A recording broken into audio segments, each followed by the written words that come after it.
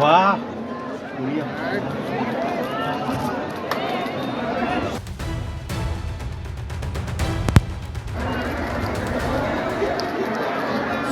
ताकद नाही त्याच्यात इंजेक्शन मारल्याने. इंजेक्शन सक्सेस होते.